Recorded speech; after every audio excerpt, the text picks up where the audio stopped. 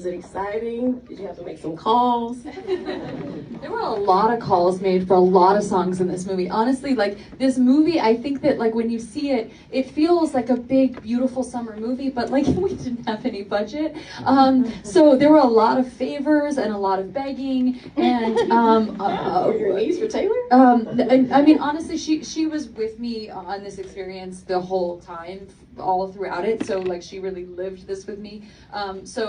Yeah, she was, she's a person who shows up for you, and I'm so grateful to have that love and that support. But yeah, there were other people too that I had to call and beg, and people that said no. But I don't know what that means. So if somebody has a dictionary, I would love to find the definition of that. It's so confusing to me. No, we just begged to get a lot of the songs in the movie, songs that we couldn't afford. But people, I was just like, please see the movie. I think you'll want to be a part of it because we all just want to connect with people. We're all storytellers, and so yeah, really proud of the soundtrack in this movie.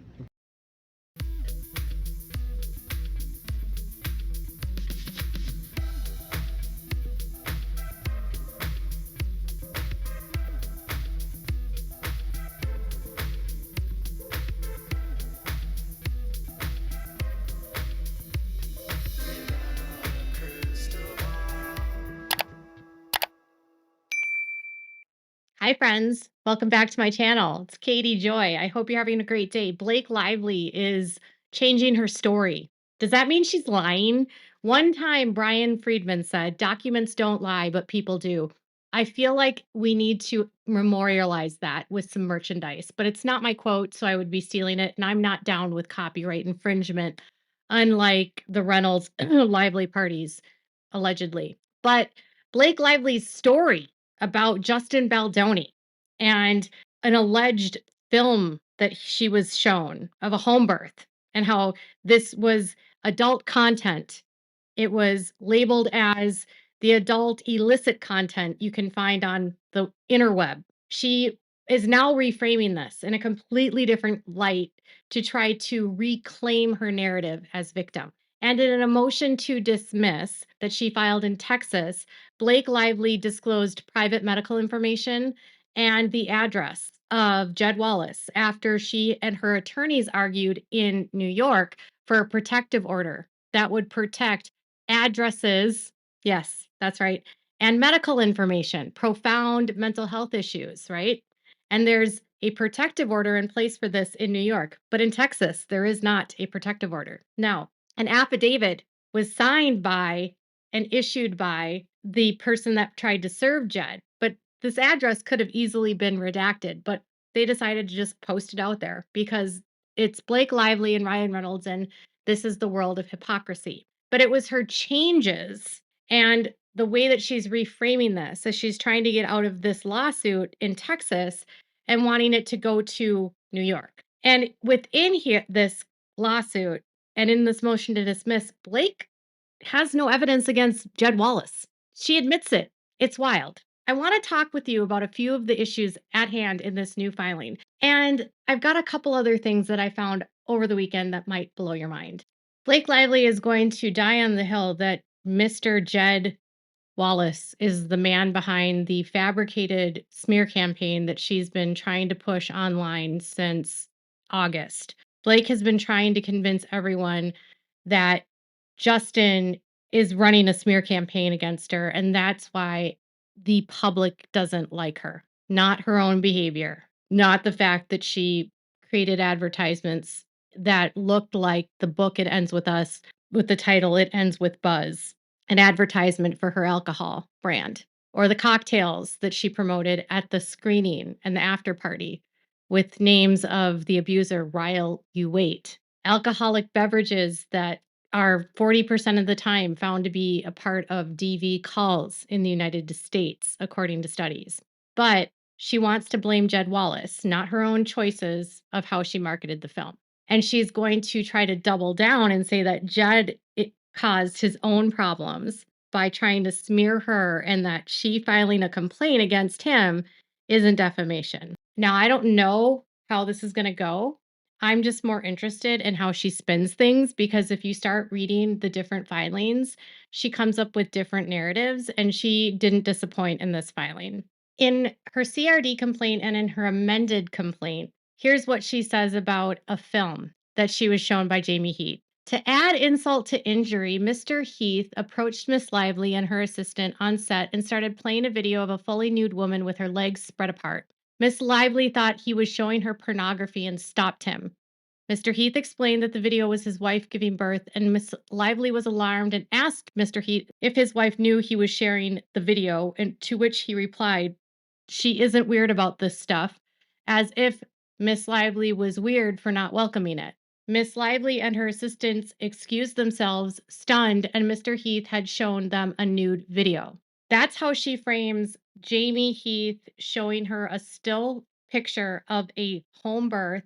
His wife has a towel over her chest. There's literally nothing. You can't see a thing. You can't see her body at all. The baby is placed on a towel on her chest. She's in water. Her legs are up because she had just given birth. She classified that as pornography. However, she changes her story. Listen to what she says about the sexual harassment she endured. For example, the CRD complaint alleges that Baldoni divulged information about his sex life, made derogatory, degrading, and sexual comments, described his own genitalia, improvised unwanted intimacy that was not rehearsed, choreographed, or discussed with Miss Lively in advance, added graphic content to the script, including multiple new scenes with nudity, an on-camera orgasm, and added unscripted nudity to a birthing scene for which he cast his friend as Miss Lively's OBGYN. She's now trying to frame the home birth footage as Justin trying to add unscripted nudity into a birthing scene where he cast his friend as an OBGYN. But she says, as Miss Lively's OBGYN. And they said this is only a partial list of the misconduct alleged. We know that he didn't add graphic content. We know that he relayed notes from an intimacy coordinator, and she did not want that. And so they didn't do it, right? It was only under her consent that they would add it. And she said no. It was the intimacy coordinator's idea of an on camera orgasm, which was not added again. But now she's trying to say that an unscripted nudity to a birthing scene. So instead of Jamey showing her pornography of a naked woman, which was disturbing, now it's, oh, no. Justin was trying to add nudity to the birthing scene, and his friend was going to be my OBGYN for the scene, thus trying to implicate that Justin wanted his friend to be by her naked. None of this makes sense because in her CRD complaint, she literally says that she thought he was showing her pornography and stopped him. There was nothing whatsoever in her CRD complaint that suggested that they were trying to add nudity to the birth scene. It was that she was being shown porn. And that's how the New York Times framed it, that he made them, she was made to look at films of his naked wife. That's like how Megan Twohey framed it when she did her podcast. And then in her CRD complaint, she said she isn't weird about this stuff. That doesn't mean that he's implying, by the way, that Miss Lively is weird. That's Lively taking it personally, that he said that his wife wasn't weird. Like he's basically just saying she doesn't care. But Lively apparently can't separate that it's not about her, it's about his wife. Either way, okay, she changed the story from one district court to another. Not to mention, one of the fundamental issues that Justin and Brian Friedman and his attorneys have argued is that one of the primary issues that Lively had was separating herself from her character. So she would view herself as Lily. And she believed that every conversation to her was about her and not about the character Lily. And that this problem of her not being able to separate Lively from Lily caused so many problems because she took everything personally as though it was about her and not that it was about Lily. When you are hired as an actor, you are playing a part. You are not playing yourself, but Lively played herself, it seems. And to further drive home that point, when she says, added unscripted nudity to a birthing scene for which he cast his friend as Lively's OBGYN. Lively's OBGYN, not Blake Lively. He did not cast a friend to play Blake Lively's OBGYN. The actor played Lily Bloom's OBGYN, and she was not nude in the hospital scene at all.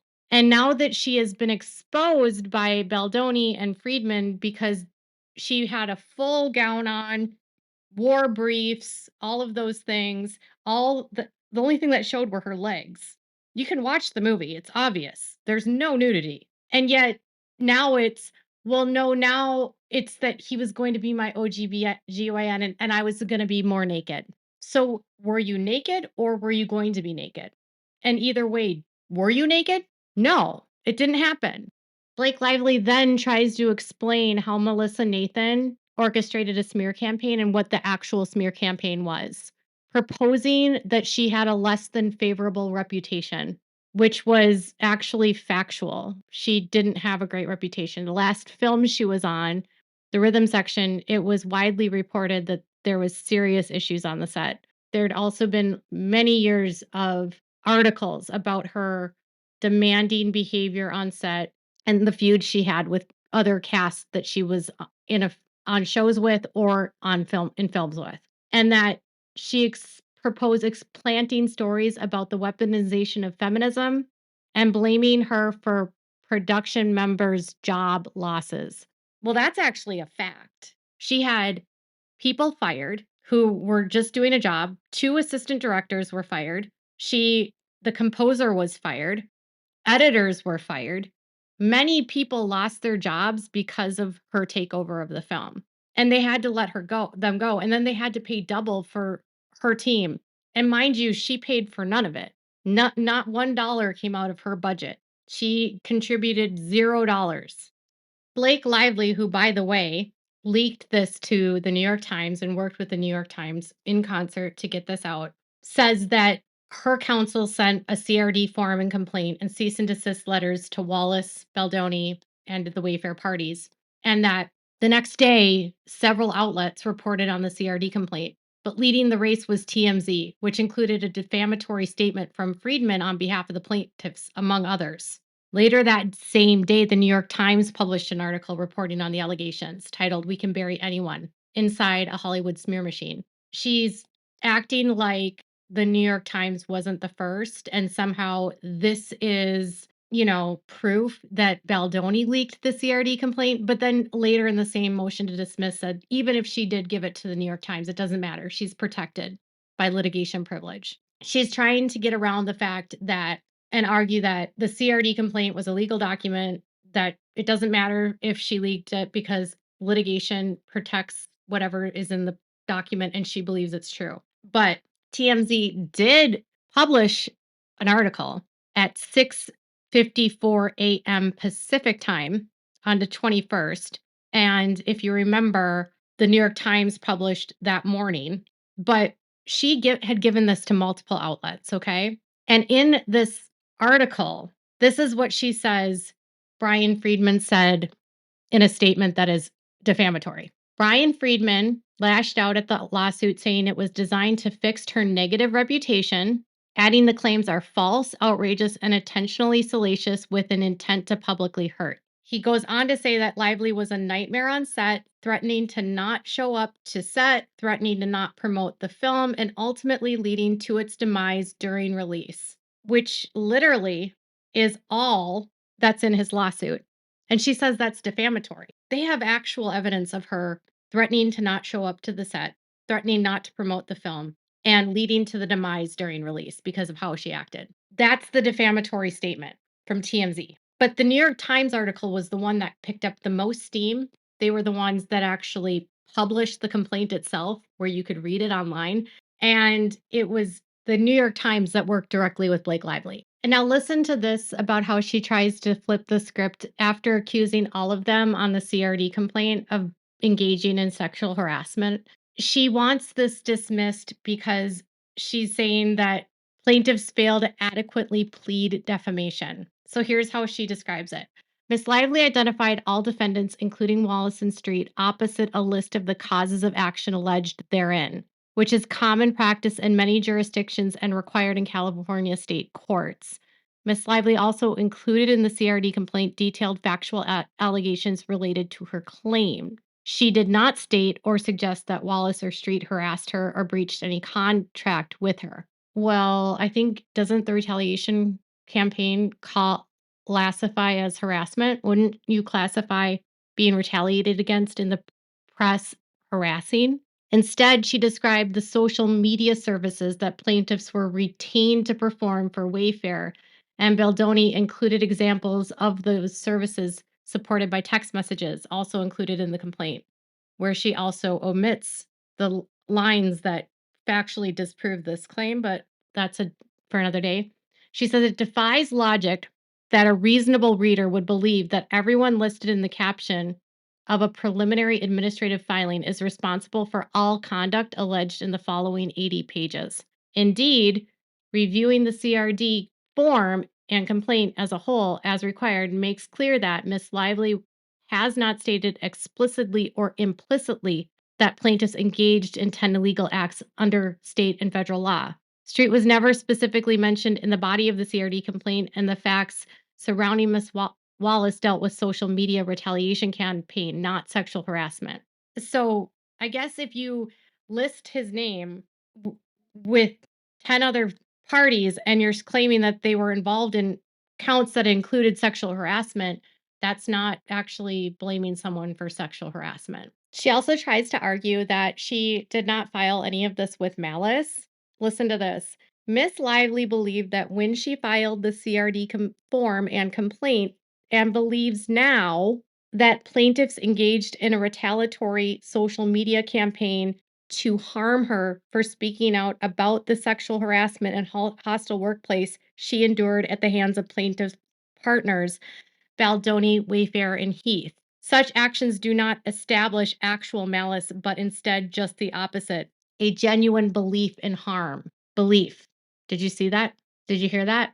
Belief. When you look at Jed Wallace's, the claims she has against him that are in her lawsuit, everything is pled on information and belief. Information and belief means that you don't have concrete facts or evidence to support this, but you believe based on either third-party accounts or based on knowledge that you have, but you don't have evidence, you lack the evidence. But she has nothing to support this other than a belief. Blake Lively just outed herself. She believes there was a smear campaign. She believes they're trying to harm her, but she can't say for a fact. And in court, just to give you an understanding, a fact is something objectively true and provable through evidence. It can be observed, measured, or documented. Facts there are the foundations of a legal argument, okay? A belief is a person's personal conviction or opinion, not necessarily supported by evidence. It may be sincere, but that doesn't make it true or provable. Beliefs can influence behavior, but they don't equal facts in the eyes of the law. Courts rely on facts and evidence, not beliefs. A belief might explain intent or motive, but it can't prove what actually happened. And judges and juries weigh evidence, not speculation or assumptions. She has created an entire lawsuit about a smear campaign based on her belief it happened, not that it actually did happen, and ignoring the fact that she and her marketing campaign that she and her husband created the backlash. So when you understand that she can change her story from one complaint to the next, from one filing to the next, she can shift how she views things. You can understand why most people don't believe her when she says it's her belief that the smear campaign happened. When I read through her court records, all I see is someone that I'm worried about their mental health. Like, I think there's something seriously wrong with this woman. Something clearly is wrong with her. She either has a serious personality disorder, she's got some sort of undiagnosed mental illness, paranoia, delusion, or deflection. I don't know, but you can't seek damages based on belief. She has to have facts, and she has none. I want to end this by just sharing how she started this out on page 4. She said, Lively starred in the 2024 hit film It Ends With Us, which Justin Baldoni directed and his movie studio, Very Fair Studios LLC, produced and owns. Blake Lively spent how many weeks on the red carpet and in interviews trying to act like this was her film and claim that she was the one that put this together and it was her budget that she had to work with, and they didn't have a big budget like you saw in the beginning of this video. Wayfair Studios produced and owns. There's been several times in these motions or in these complaints where she's made comments that she made them money, she wasn't paid, what she did this, she volunteered, she did all this work for free and made them a lot of money, and now it's that he owns the film. Damn right he does. He also owns the sequel. And she keeps changing her story, which makes all of this look like a lawsuit done in bad faith in retaliation for not getting her way because she tanked her own reputation and she wants to blame someone else because she was going to get caught. I don't know why she pushed this out in December. I'll never understand. Other than that, maybe another Simple Favor was coming out and she wanted to try to rehash her image. But just because you believe something happened doesn't mean it's true. And just because you're mad that you don't own the rights to a movie for the sequel, and because you actually didn't own the film or produce it yourself, here she's casting herself as only a star. She doesn't say that she's the producer here. Isn't that weird? I thought she was the producer. So what are your thoughts? Was she caught faking it? What do you think about her changing the story about the birth video, or that she believes that the actor was going to be her OBGYN and not Lily's, or the way that she keeps changing the story or her beliefs? Do you think this is all going to continue to help unravel this case? Tell me in the comments below. Please make sure before you go to hit that thumbs up. I would love to see 10,000 of you hit the thumbs up. I haven't gotten one of those yet this entire time y'all been watching videos. And hit the subscribe button. Thank you all so much for watching. Bye, guys.